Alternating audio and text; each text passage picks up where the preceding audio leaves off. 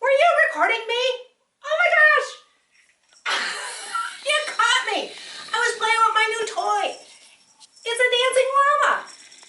You know, I got this llama because Mrs. Austin's first block thought I would love a new llama for Christmas, and they were so right.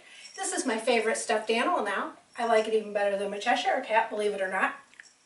Hey, did I ever tell you guys the story of Tuis the Christmas Llama? Well, how about you pull up a chair, gather a blanket, maybe your favorite stuffed animal, and we'll tell a story. Come on.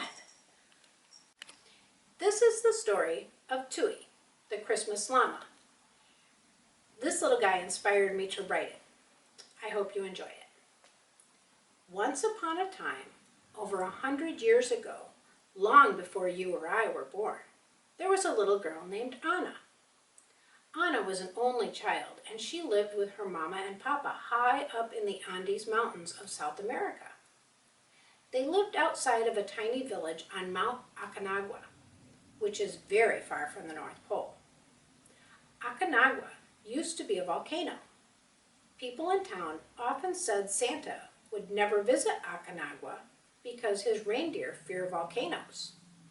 This was cause for great worry by Anna, who desperately wanted a doll for Christmas.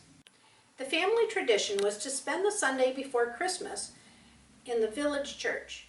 As they were making their way down the mountain, Anna spied Uncle Nick tending his llamas.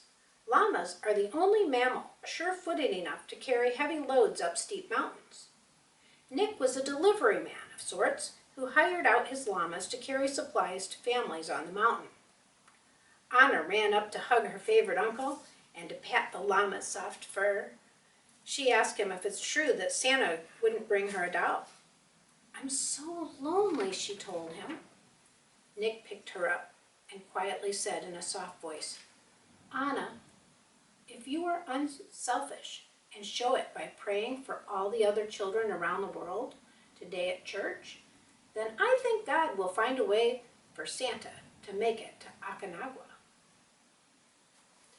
With a smile, she took her mama's hand and continued walking to church, only this time with a happy little skip. In church, she prayed for children everywhere. Then she gave thanks for having a home and a mama and a papa, and especially for Uncle Nick.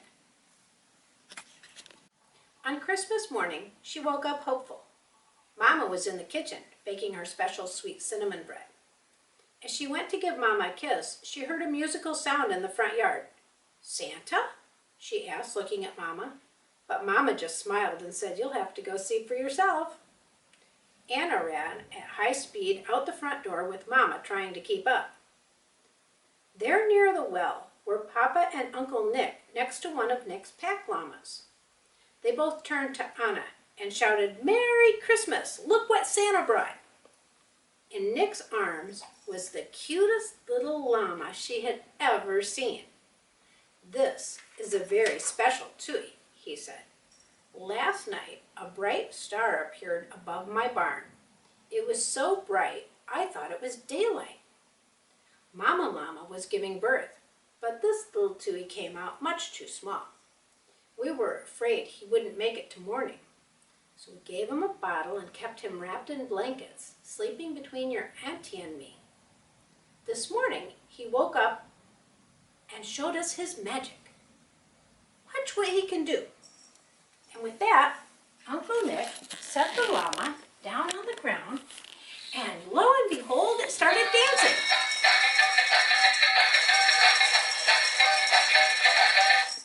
Anna clapped her hands and danced with little Tuis. Papa leaned down to speak seriously with Anna. He said, "You know, this little guy is going to take a lot of care.